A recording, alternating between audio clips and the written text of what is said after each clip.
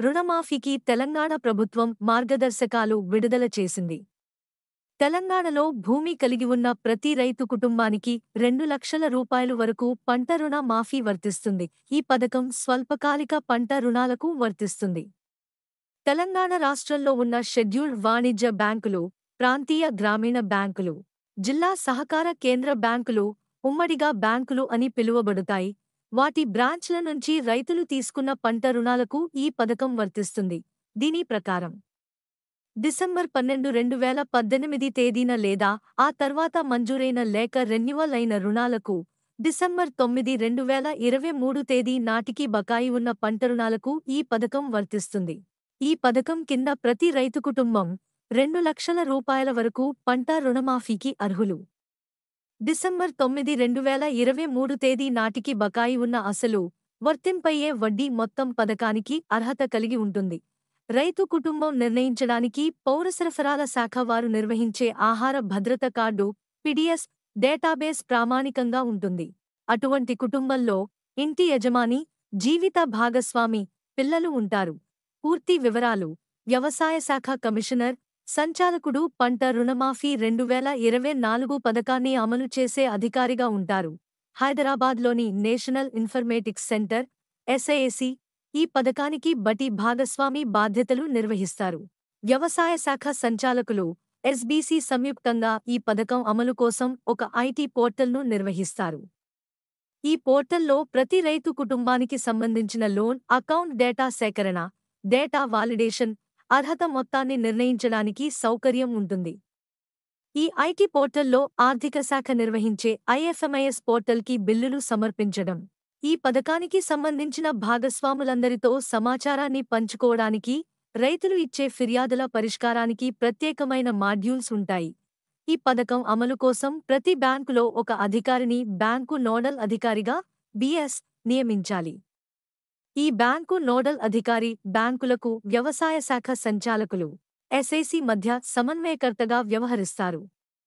Bank nodal అధికారులు తమ సంబంధిత బ్యాంక్ పంట రుణాల డేటాను డిజిటల్ సంతకం చేయాలి. ప్రతి బ్యాంక్ తమ కోర్ బ్యాంకింగ్ సొల్యూషన్ (సిబిఎస్) నుండి రిఫరెన్స్ 1వ మెమో, ప్రతి బ్యాంక్ తమ కోర్ బ్యాంకింగ్ సొల్యూషన్ (సిబిఎస్) నుండి రిఫరెన్స్ మెమో జత చేసిన ప్రొఫార్మాలో డిజిటల్ సంతకం చేసిన సంక్షిప్తిని ప్రభుత్వానికి సమర్పించాలి.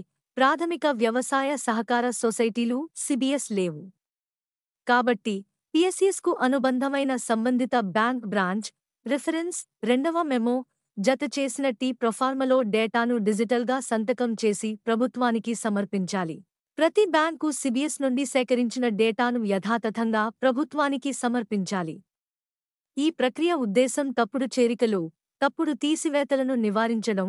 అవసరమైతే వ్యవసాయ శాఖ సంచాలకులు ఎన్బసి డేటా వాలిడేషన్ తనిఖీలను చేపట్టాలి. ఈ పథకం కింద లబ్ధిదారుల, రైతు కుటుంబాన్ని గుర్తించడానికి బ్యాంకులు సమర్పించిన రైతు రుణఖాతాలోని ఆధార్ను పాస్బుక్ డేటా బేస్లో ఉన్న ఆధార్తో, పిడిఎస్ డేటాబేస్లో ఉన్న ఆధార్తో మ్యాప్ చేయాలి.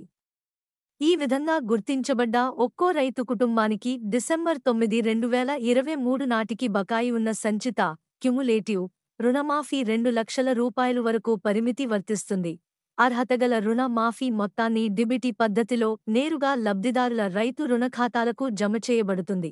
పిఎస్సిఎస్ విషయంలో రుణమాఫీ మొత్తాన్ని డిసిసిబి లేదా బ్యాంకు బ్రాంచికి విడుదల చేయడమవుతుంది. ఆ బ్యాంకు వారు రుణమాఫీ మొత్తాన్ని పిఎస్సిఎస్లో ఉన్న రైతు ఖాతాలో జమ చేస్తారు.